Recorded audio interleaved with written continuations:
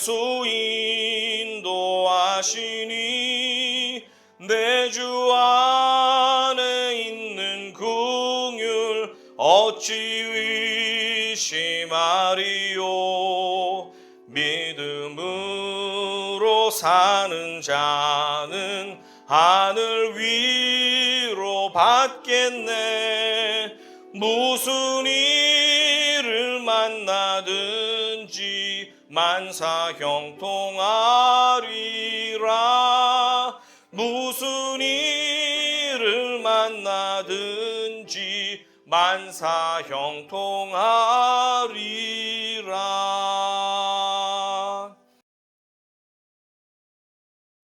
예수께서 성령의 능력으로 갈릴리에 돌아가시니 그 소문이 사방에 퍼졌고 친히 그 여러 회당에서 가르치심에 무사람에게 칭송을 받으시더라.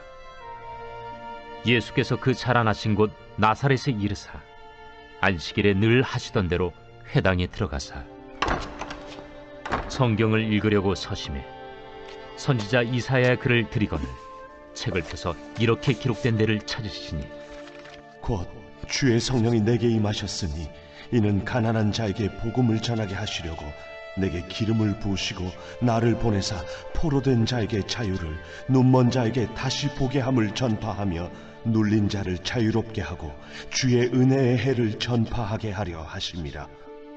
책을 덮어 그 맡은 자에게 주시고 앉으시니 회당에 있는 자들이 다 주목하여 보더라.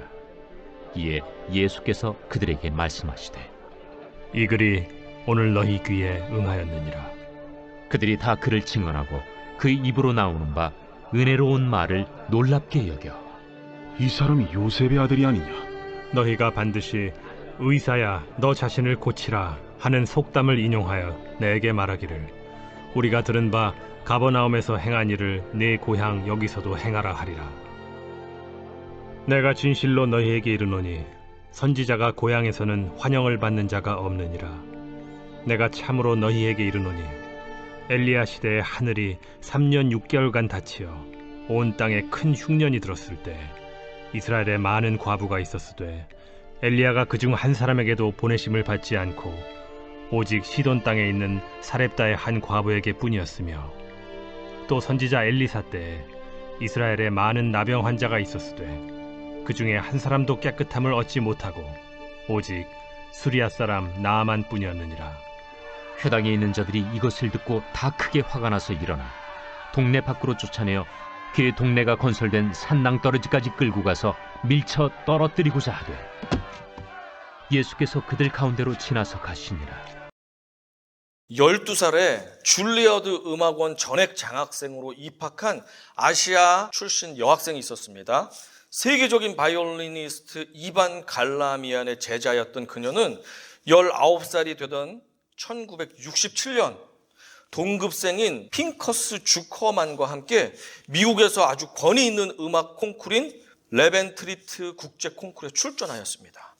이스라엘 출신의 동료 주커만은 이 대회의 심사위원장이었던 유태인 아이작 스턴의 전폭적인 후원을 받는 우승 후보였습니다. 왼쪽에 있는 남자가. 그리고 동양에서 온 이름도 없는 이 여자 바이올리니스트는 아무도 기대를 하지 않았습니다. 그런데 주커만도 본선에 진출하게 되었고 이 무명의 여인도 본선에 진출하게 되었습니다. 당시는 이 음악계가 백인 중심이고 유태인 중심이고 남성 중심으로 똘똘 뭉쳐 있어서 어디 처음 보는 아시아 여자가 아무리 잘해도 인정해주지 않는 그런 문화였습니다. 그러니 이 차별과 편견을 뛰어넘는 게 얼마나 힘들었겠습니까? 심사위원들은 그녀에게 순서를 뽑는 제비뽑기 기회도 주지 않고 당신 1번으로 하시오 라고 해서 그녀가 1번 주자로 연주를 했습니다.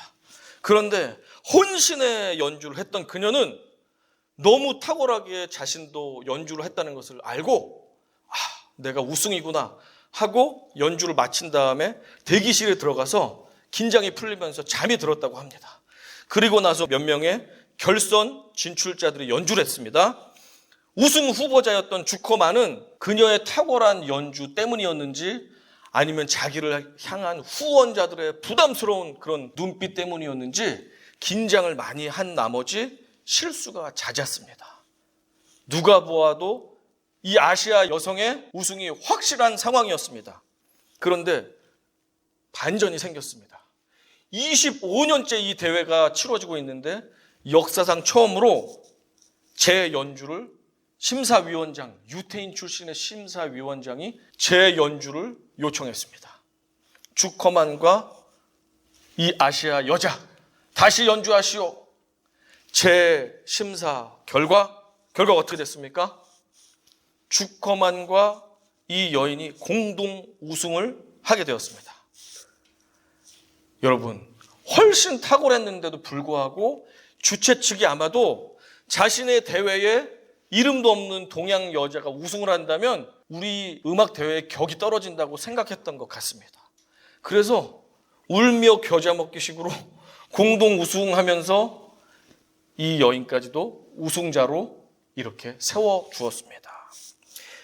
편견의 색안경을 벗어야만 똑바로 볼 수가 있습니다. 수많은 편견 속에서도 억울하긴 하지만 공동 우승이라는 그런 결과를 이룩할 수 있었던 것은 그녀가 하루도 빠짐없이 하루에 14시간씩 바이올린을 연습했대요. 이거 공부 14시간만 해도 전국 1등을 할 판인데 바이올린을 14시간씩 매일같이 그렇게 했던 그녀의 성실함과 탁월한 실력 때문에 편견을 나름대로 극복할 수가 있었습니다. 그녀의 이름은 정경화입니다. 한국이 낳은 세계적인 바이올리니스트 정경화, 정트리오 가족들이 다 음악인이잖아요. 정경화 씨가 그 주인공입니다. 자, 바이올리니스트 정경화 씨가 이름을 알리기 시작한 그 시대부터 몇십 년 전 유럽의 독일의 이야기를 해보겠습니다. 그로부터 몇십 년 전 독일에는 공산주의자들이 막 설치고 다니면서 나라가 굉장히 혼란스러웠습니다. 그때 아주 보잘것없는 신생 정당 하나가 탄생했습니다. 그 당의 이름은 뭐냐 하니까 민족사회주의 독일 노동자당, 내셔널 소셜리즘이라는 당 이름이고 그걸 줄이면 나치라는 당의 이름이에요.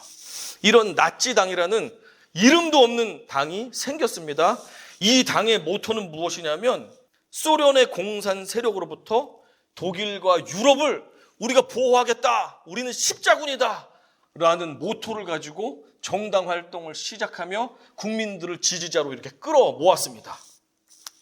그런데 신생 정당이니까 사람들이 관심도 없잖아요. 그러는 찰나에 이 당의 리더였던 히틀러가 생각합니다. 그는 굉장한 유대인에 대한 편견을 가지고 있던 사람인데 그가 생각합니다. 국민들의 마음을 사로잡으려면 무언가 공동의 적이 필요하겠다 하고 봤더니 이방인들, 유태인들이 독일에서도 자리를 잡고 다 기업을 이루고 부자가 된 모습을 본 거예요. 게다가 유대인들의 중요한 사람들이 공산주의자들이었습니다. 야, 잘됐다. 저들을 공공의 적으로 삼아야 되겠다 하고 나치당이 그때부터 유대인들은 우수한 게르만 민족의 발전을 방해시키는 아주 암덩어리다, 쥐새끼와 같은 존재다 하면서 유대인에게 아주 독일 사람들의 부를 착취하고 뺏어가는 못된 악덕 상인들의 이미지를 씌웠습니다. 그리고 유대인에게 소련과 내통하는 공산주의자라는 프레임을 또 씌웠습니다. 이렇게 선전선동을 아주 오랜 기간 펼치니까 가짜 뉴스를 계속 듣게 된 독일 시민들이 가짜를 이제 진짜로 알게 되었습니다. 저 유대인들은 우리들의 귀한 자본들을 다 착취해가는 나쁜 인간들이야. 공산당과 결탁을 해서 우리 조국 독일을 무너뜨리려는 아주 악랄한 교활한 존재들이야 하면서 프레임을 씌우면서 프로파간다를 한 결과 온 독일인들이 이 사실을 믿게 됐습니다. 그리고 히틀러와 나치당의 그런 편견을 가지고 시작한 이 프레임 씌우기와 프로파간다는 어떻게 됐냐면 온 국민들이 합의하는 상황 가운데서 한 민족을 완전히 말살시키는 집단 살인을 저지르는 데까지 가게 되었습니다. 홀로코스트라고 하는 민족 전체를 씨를 말리는 데까지 온 국민들이 아니오라는 소리 거의 하지 않고 모두가 동의하에 공공연하게 그렇게 일을 저지르는 데까지 이르렀습니다. 독일이 어떤 나라입니까? 그로부터 400년 전에 종교개혁이 일어났던 나라예요, 독일이. 그런데 400년 뒤에 이 독일은 살인자들의 소굴이 되어버렸습니다. 편견은 미움을 낳고 미움은 혐오를 낳고 혐오는 결국 집단 살인을 낳았습니다. 자, 오늘 본문 역시 편견이 깊어지면 결국에는 사람도 죽일 수 있다라는 사실을 보여주는 본문입니다. 성령 충만함을 입고 공적인 사역을 행하셨던 예수님은 가시는 곳마다 표적을 일으켰습니다. 그리고 전하시는 말씀마다 성령이 함께 하셨기 때문에 권위가 있었고 은혜가 넘쳤습니다. 그러니까 유대 온 지역에 센세이션이 일어나면서 최고의 화제의 인물이 되었습니다. 그가 메시아가 아닐까 하는 이야기들이 끊임없이 일어난 상황이었습니다. 그 명성이 예수님께서 자라나셔서 평생을 사셨던 갈릴리 나사렛이라는 동네까지도 전달이 됐습니다. 그리고 이날 예수 그리스도께서 오랜만에 자신의 고향으로 가셨습니다. 마침 예배를 드리는 안식일이었습니다. 평소에 하시던 대로 회당에 들어가셨습니다. 유대 회당은 성인 남성 10명 이상만 되면 마을에 세울 수 있는 것입니다. 회당은 오늘날의 교회와 흡사하면서 문화센터 역할도 했고 주민센터, 동사무소 역할도 하는 유대인 공동체의 삶의 아주 중심이 되는 그런 곳이 회당이었습니다. 회당 예배에 대해서도 간략하게 말씀을 드릴게요. 회당마다 모양이 조금씩 다르고 하지만 보통 이러한 맥락으로 예배를 드렸습니다. 축복 기도를 드리고 쉐마 구절이 있죠. 신명기 6장에 있는 들으라 이스라엘아 너희는 하나님 말씀을 이마에 새기고 어디에 새기고 하면서 늘 묵상하라라고 하는 쉐마 말씀, 그리고 대표기도 토라, 모세오경을 토라라고 하죠. 율법서를 낭독했고 그 다음에 선지서를 낭독했고 그 다음에 낭독한 것을 근거로 해서 설교를 전달했고 그리고 축복 기도로 마쳤습니다. 순서는 회당마다 다를 수 있습니다. 대략은 이렇습니다. 그리고 예수님 당시의 성경책에 대해서 말씀을 드리자면 예수님 시대에는 신약 성경이 아직 쓰여지지 않았죠.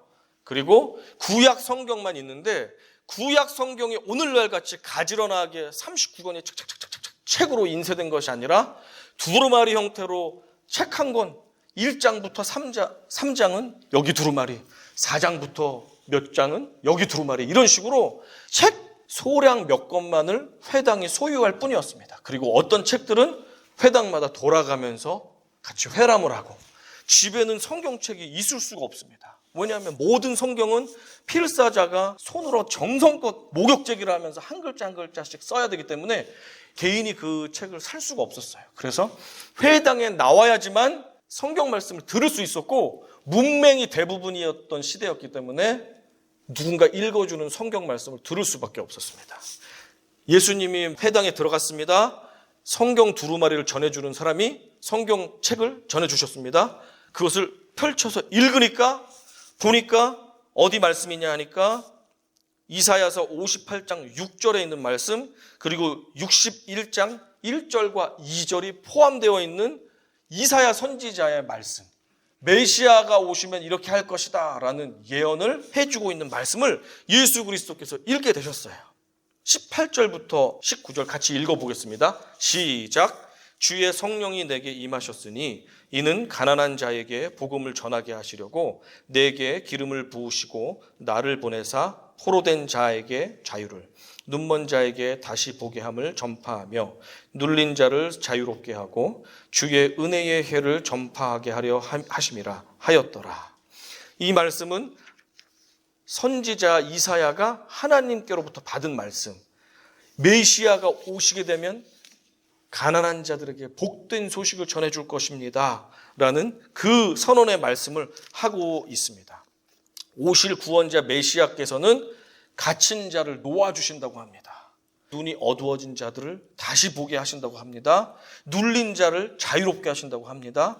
메시아가 오셔서 이렇게 하시는 모습을 하나님의 은혜의 해인 희년이 전파될 것이라고 그렇게 성경은 말씀하고 있거든요. 희년이 전파되게 하실 것이다.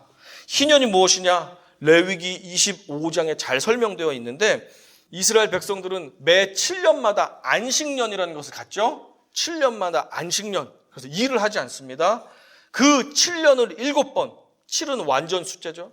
7이 7, 아주 최고로 완전스러운 그 해, 49년 바로 다음 해인 50년째 해를 희년이라고 해서 그때는 이 사람이 너무 가난하고 빚을 져서 조상들이 물려받은 땅을 팔아먹었습니다. 그 땅도 다시 돌려줘야 돼요. 그리고 우리 집에 하인으로 머슴살이를 했어요. 워낙 먹을 게 없어서. 조건을 따지지 않고 이제 너는 자유다. 고향으로 집하러 돌아가세요. 라고 하면서 모든 빚과 모든 눌림과 모든 억압으로부터 자유함을 주는 그 해를 희년의 해라고 하는데 메시아가 오시면 그 모든 눌림과 억압에 있었던 사람들을 자유롭게 해주신다. 희년의 해를 선포하신다. 라고 이사야가 말씀하셨습니다. 자, 그래서 메시아가 가져오는 희년은 단순히 문자적으로 진짜 포로인 자, 감옥에 수감된 자, 물리적으로 눈이 안 보이는 자, 그리고 진짜 무언가에 눌린 자가 아니라 우리의 심령과 영혼에 갇혀있고 잡혀있고 눌려있고 막혀있는 모든 사람들의 그 심령과 영혼을 다 해방시켜 줄 것이다. 그리고 이 세상뿐 아니고 저 영원한 세상에서도 영원한 자유함을 주실 것이다 라는 것이 이 이사야 선지자가 하고자 했던 말씀이었는데 그 말씀을 하필이면 예수 그리스도께서 읽으셨습니다. 자, 잔디밭에 돌멩이 하나가 있습니다. 무거운 돌멩이를 누가 던져놨는지 놨습니다. 지나가다 보니까 어우, 돌멩이가 있네. 착한 마음이 든 어떤 사람이 저 돌을 들어서 치워줬습니다. 그랬더니 얼마 지났는지 모르지만 무거운 돌에 눌린 그 잔디 부분은 이 잔디가 누렇게 시들어버린 거예요. 그리고 나서 며칠이 지났습니다. 이 돌멩이를 치워줬던 그 행인이 자기가 돌멩이를 치웠던 것을 우연히 다시 살펴보니까 그 누리끼리 했던 다 죽어갔던 풀들이 다시금 비를 맞고 햇빛을 맞아서 대부분이 다 파릇파릇하게 다시 살아난 모습을 보게 되었습니다.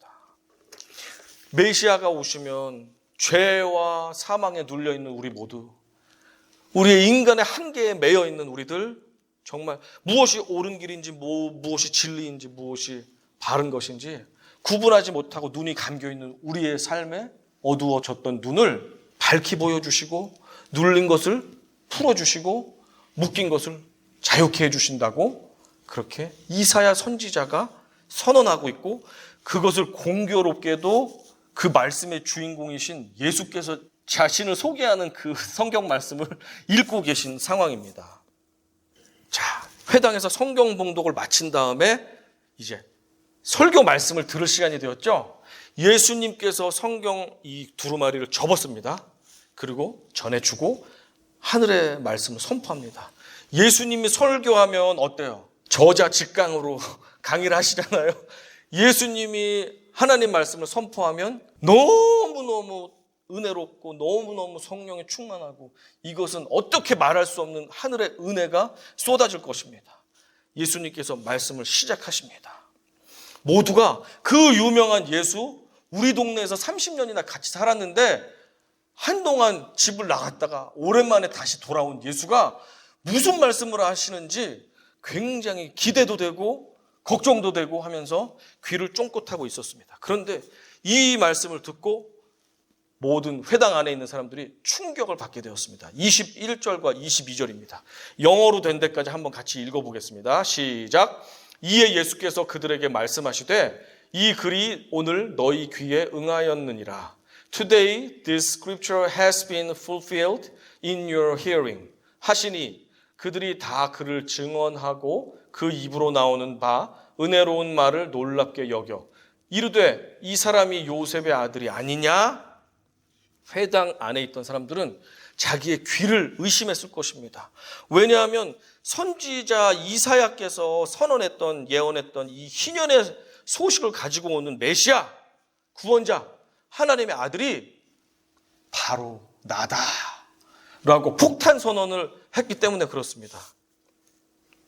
우리 아들하고 어릴 때 코 흘리면서 뒷마당에서 놀았던 예수, 작년에 내가 필요해가지고 원목 가구를 주문해가지고 직접 돈 주고 나한테 팔았던 목수 예수가 잠깐 한동안 집을 나갔다가 돌아오더니 내가 하나님의 아들입니다. 내가 구원자입니다. 라고 하니까 어때요? 여러분 어떠세요? 신이가 어른이 돼서 이제 직장에 취업하고 성장을 해서 독립을 했습니다. 그러더니 휴가 때 집에 왔습니다. 저 사실 메시아입니다. 라고 말하면 어떻습니까? 어떻습니까?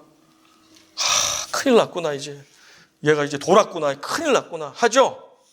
다른 데서는 우와 기적이 일어나고 말씀을 전하니까 누구도 설명하지 못하는 하늘의 비밀을 막 선포하시니까 깜짝깜짝 놀라고 막 아멘으로 화답했는데 우리 동네에 이 집에 숟가락이 몇 개인지 젓가락이 몇 개인지 다 아는데 뻔히 나를 알고 있는 예수가 시치미도 안 떼고 내가 그입니다. 메시아입니다.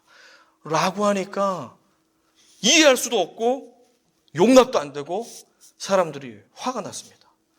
이놈이 고향에 와가지고 사기치네? 이렇게 된 거죠. 예수께서는 고향 사람들의 마음속의 생각을 알았을까요? 몰랐을까요? 아셨습니다. 그래서 이 회당에 있는 사람들이 이렇게 생각한 것 같아요. 저마다 한 가지 속담, 유명한 속담을 떠올렸는데 그 속담을 풀어보면 이렇습니다. 의사야, 너 질병이나 먼저 고치고 나서 남을 치료해 라는 속담이 있었대요. 그 당시에. 이 회당에 앉았던 몇몇 사람들이 그 속담을 생각한 것 같아요. 저 예수가 누구한테 하나님 아들이라고 뻥치는 거야? 의사야, 너나 고치고 나서 해. 이런 마음이 들었던 것 같습니다. 예수님이 그 마음을 아시고 그 말씀을 하십니다. 23절입니다.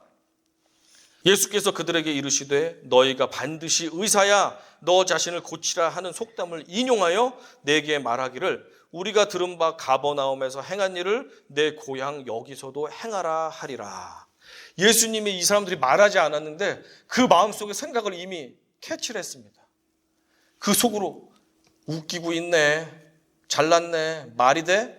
하면서 속담을 읊고 있는 그 속마음까지도 아시고 가버나움에서 그렇게 이적 행했다는데 왜 여기서 못 행해? 보여봐. 웃기고 앉아있어. 막 이런 생각들을 저마다 한 것을 깨닫고 예수님이 먼저 그들의 입에서 나오기 전에 예수님이 그것을 밝혀내셨습니다.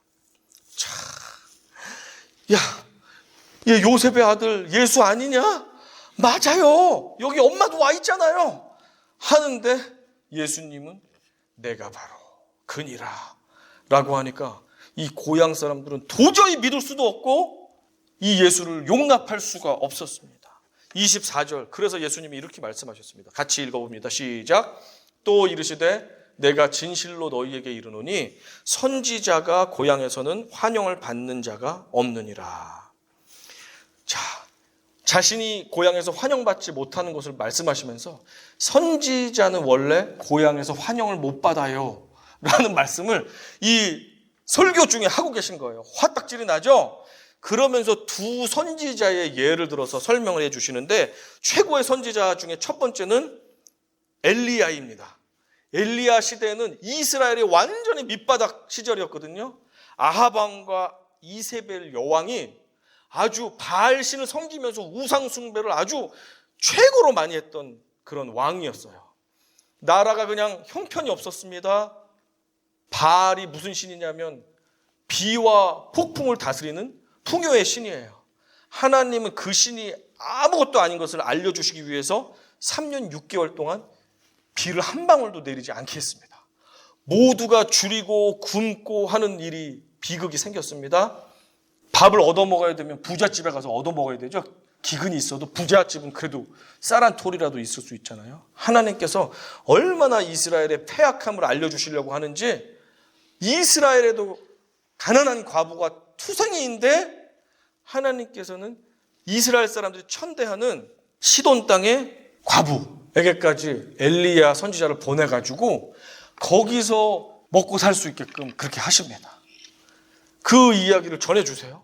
그리고 그뿐이 아니라 엘리사 선지자 때 나병 환자들이 엄청 많았다. 나병 환자는 어떤 사람이냐면 그가 결국엔 죄를 지었기 때문에 그 벌로서 나병, 몸에 피부병이 생겼다라고 생각합니다. 그러니까 이스라엘에도 수많은 나병 환자들이 있었습니다. 그런데 죄를 용서받아야지 몸도 고침을 받는다고 믿었거든요. 그런데 이스라엘의 수많은 나병 환자는 아무도 고침을 받지를 못했습니다. 그런데 이스라엘의 적군인 수리아의 장군 나아만 장군만이 나병으로부터 고침을 받았습니다. 이 말 역시 굉장히 수치스러운 말이에요. 이스라엘엔 경건한 사람이 하나도 없어서 오죽하면 저 적군의 장군이 하나님도 경외하지 않는 저자가 고침을 받을까?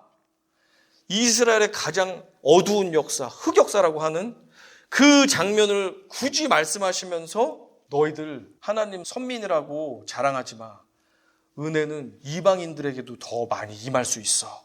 라는 말까지 하시니까 회당에 앉아있던 고향 사람들이 어떻게 됐을까요? 뚜껑이 어떻게 됐어요?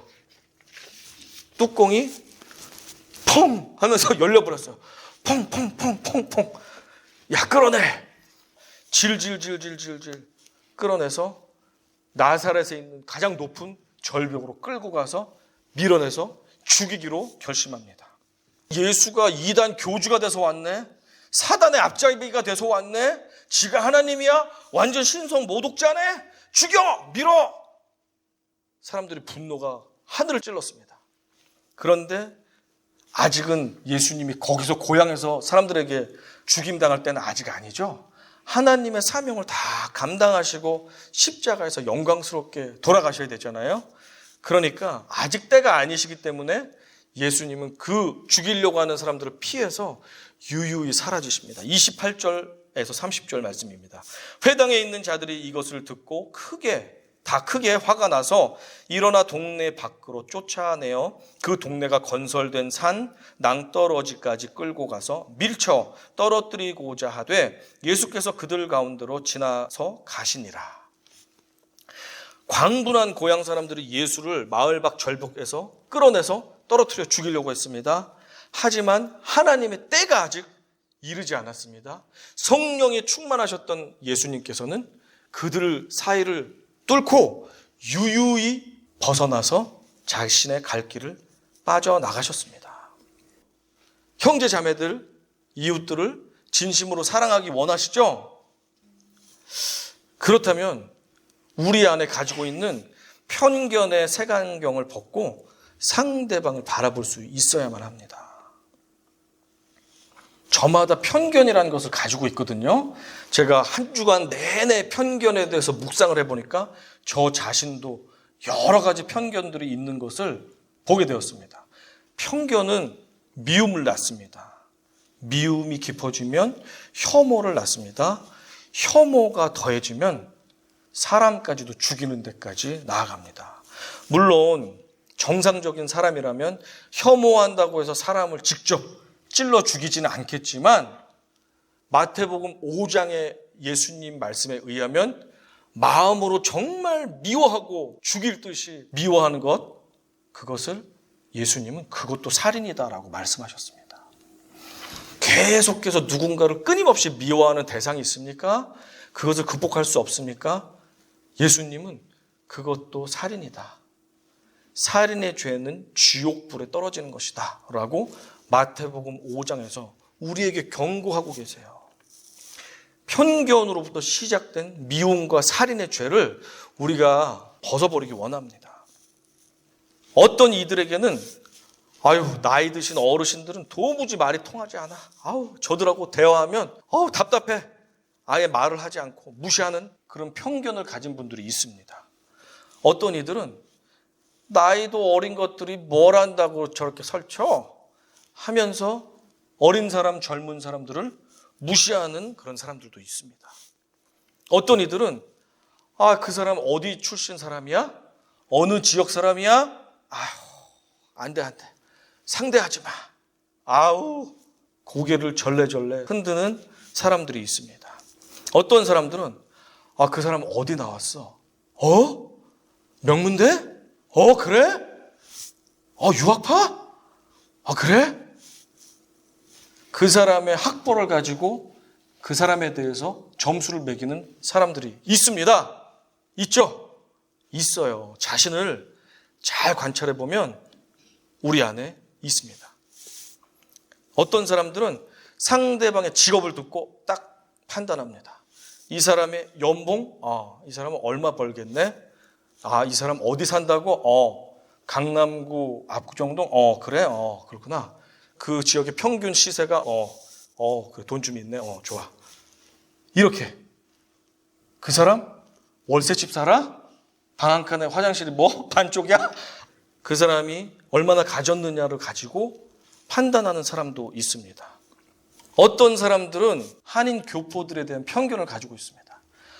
교포들은 미국인들 앞에서는 쪽도 못 쓰면서 한인들 앞에만 나오면 서로 잘난 척하고 서로 뒷담화 까기 바빠. 한인들 싫어. 꼴보기 싫어. 하는 사람들 있죠. 편견일 수 있습니다. 어떤 이들은 정치적으로 진보냐 보수냐에 따라서 내가 지지하는 것을 같이 지지하네. 당신은 내 편. 내가 지지하는 사람을 반대하네. 너는 남의 편이라고 생각합니다. 그래서 심한 경우는 정치적으로 나와 생각이 같은 사람은 깨어있는 시민이요, 민주주의를 제대로 아는 사람이요, 애국자입니다. 그러나 나와 정치적인 생각을 달리하면 그 사람은 가짜 뉴스를 쉽게 믿어버리는 사람이요, 민주주의에 대해서 알지도 못하는 사람이요, 나라를 망치는데 쫓아가는 사람이요 라고 생각하기도 합니다. 어떤 사람들은 나처럼 예배드리고 나처럼 기도하고 나처럼 모임과 성경 공부와 봉사를 해야지 저 사람은 믿음이 있고 구원 받겠군, 상급이 있겠군 라고 판단합니다. 나보다 못하면 저래가지고 구원 받겠나? 저래가지고 천국은 들어오겠나? 하나님이 뭘 이뻐하실까? 라고 판단하기도 합니다. 그런데 제가 그래서 일주일 동안 곰곰이 생각을 해봤어요. 여러분도 들으면서 한번 곰곰이 생각을 해보세요. 우리의 색안경을 좀 벗을 필요가 있습니다. 곰곰이 생각하면서 우리의 편견이라는 색안경을 벗게 되기를 바랍니다. 수많은 인생의 역경을 이겨내고 지금까지 살아오신 어르신들을 볼 때, 인생을 제가 조금 살아보니까 저만큼이라도 성실하게 이만큼 살으신 것이 보통 쉬운 일은 아니구나라는 생각을 하게 되었습니다. 그리고 아이들과 우리 젊은 친구들하고 대화도 해보고 만나보고 해보면 쟤네들한테도 배울 것들이 있다는 것을 깨닫게 됩니다.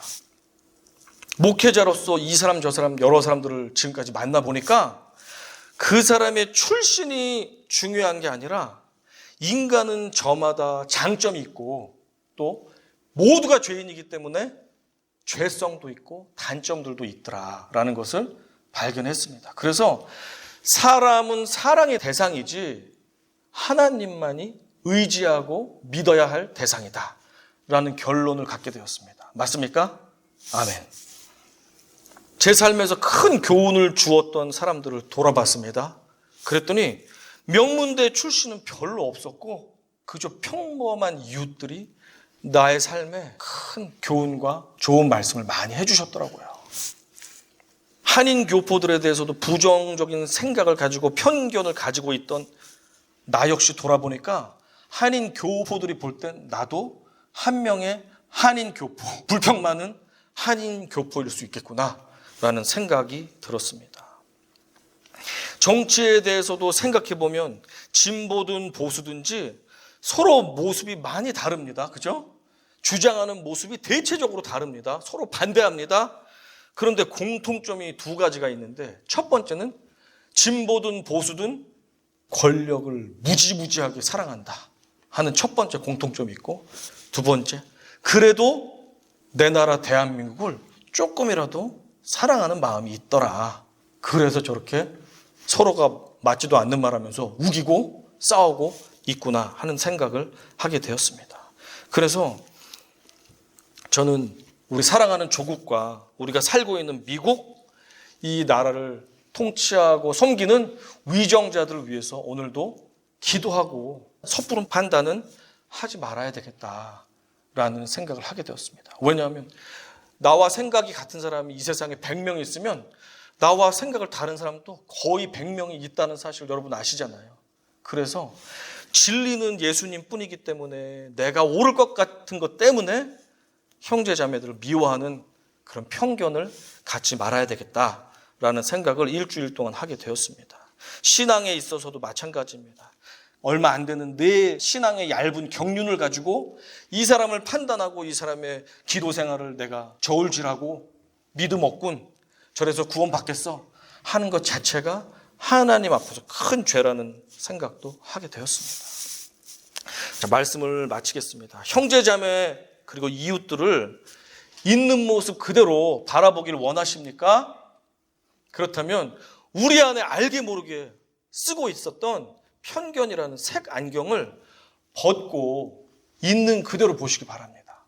마치 예수 그리스도께서 우리에게 조금의 선입견, 조금의 출신과 학력과 부의 유무를 따지지 않고 우리를 있는 그대로 사랑해 주시는 예수님의 그 바라보시는 눈을 가지고 우리 옆에 있는 형제 자매들을 바라보시기 바랍니다. 편견의 안경, 색 안경을 벗지 않으면 이 세상의 절반은 나를 대적하는 적이 될 수밖에 없습니다.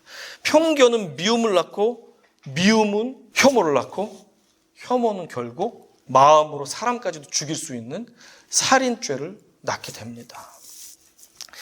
누군가가 정말 믿고 화가 나서 견딜 수 없습니까?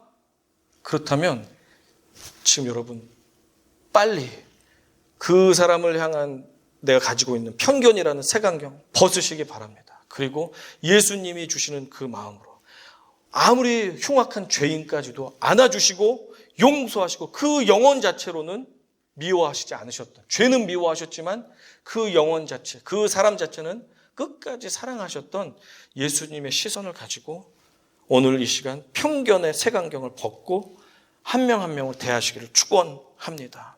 그럴 때 정말 예수님께서 말씀하신 대로 형제를 내 몸같이 사랑하라고 하신 그 말씀이 나의 삶을 통해서 시작될 수 있습니다.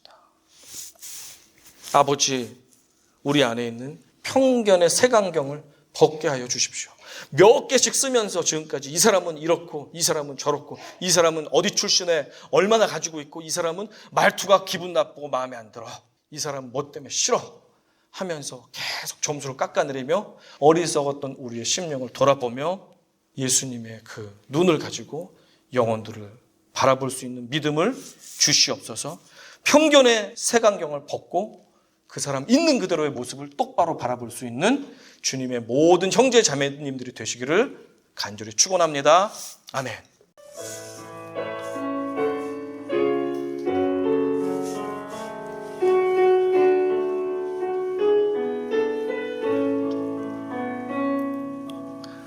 똑바로 보고 싶어요, 주님. 온전한 눈짓으로 똑바로 보고 싶어요, 주님. 곁눈질하긴 싫어요. 하지만 내 모습은 온전치 않아 세상이 보는 눈은 마치 날 죄인처럼 멀리하며 외면을 하네요. 주님, 이 낮은 자를 통하여 어디에 쓰시려고 이렇게 초라한 몸 모습으로 만들어 놓으셨나요? 당신께 드릴 것은 사모하는 이 마음뿐. 이 생명도 달라시면 십자가에 넣겠으니 허울 뿐인 육신 속에 참빛을 심게 하시고 가식